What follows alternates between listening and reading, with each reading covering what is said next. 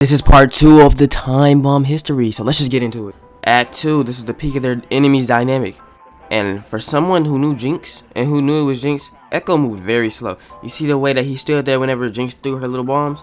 There is no reason why he should be moving this slow. Oh, she really destroyed her high mask real quick, I'm not even gonna lie. She said, hi, and then, but look, she saw Echo, and she was like, I don't even care no more. She was real mad. Look, but Echo tried to restrain her, unlike Scar, who actually tried to fight her and got drop kicked. You already know what happened then.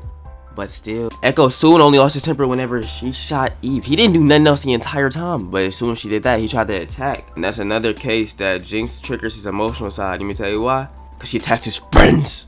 Even when Scar saved him, Echo kept looking at her. Scar didn't even let him go until Jinx was out of sight. Cause Echo, you know you still want to save her, obviously. In their next fight, the Firelights actually just tried to fight them all the way. But you know who took the most passive role in the entire fight? Echo.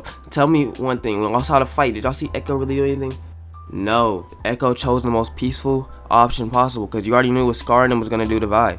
And he was like, nah, keep her. Take her with us. Now we're on to Act 3. This man Echo and this girl Jinx had the exact same mind. They both said people change. Echo was referring to how Powder changed to Jinx, and Jinx was talking about how she changed to Jinx. I'm trying to tell you. And the past is still messing with Echo. This man said it's a good way to drive yourself crazy. Because if I was there in the past, none of that would have happened. Like, think about that. He blames everything that happened because of Silco. Everything is Silco's fault. Jinx being hurt is Silco's fault. Like, think about it. He doesn't even blame. Okay, he blames Jinx, but he blames Silco above everything. I'm trying to. And this goes to show that he tried to save Jinx one time. He said Silco is the one that has her. Like, you can't save her anymore. Because think about it. There's a deleted scene where he went in there to try to save her, and she pushed him away. Dang. Now we're on to the bridge scene, bro. Look at this. She said, look who it is, the boy savior. She's mocking Echo for him trying to save her back in the day. And you can tell that he's visibly upset, but trying to hold himself up, trying not to get too mad. They had that little funny part where they laughed and stuff. And they laughing at each other, thinking about all the fun times they used to have, and thinking about what game they're about to play. But think about the song they played, Dynasties and Dystopia. Riot Games said themselves that some of them, like, this music was made to make a flirty, passive-aggressive vibe. Okay, they didn't say that part. But they said that not all tracks are an afterthought. Some tracks are here to give more context into the scene. Listen to the lyrics real quick, alright? Everything I know I am, you should go and save yourself. Snap your ex, watch me give him flashbacks. And what's the whole song about, huh? What's the whole episode about? What's their whole fight? A flashback of when they were kids. Like, oh my gosh. Oh my gosh. Echo's POV is actually of the young Powder, of the smart girl that he remembers that she is. And the Jinx in his mind is her laughing and stuff. But in reality, she wasn't laughing at all. She actually looked more in despair than she does happy in that moment. When you see Kid Powder and Kid Echo, you know what they have? Their symbols, Firefly and a crow. Darkness and light. Like, think about it. Yin and yang, two sides of the same coin. I can't, bro.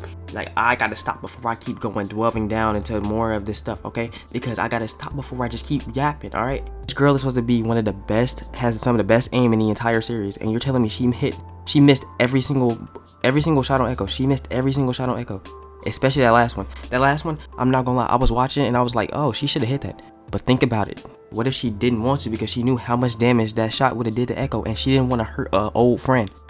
I'm done, bro. I'm done with that part. In the storyboards, the armor that Powder had to hit on Echo actually had a heart on it. And do you know who probably drew that? Powder herself. Alright? Because remember, she drew the monkey bomb on stuff. She drew all that. So she might have drawn that too.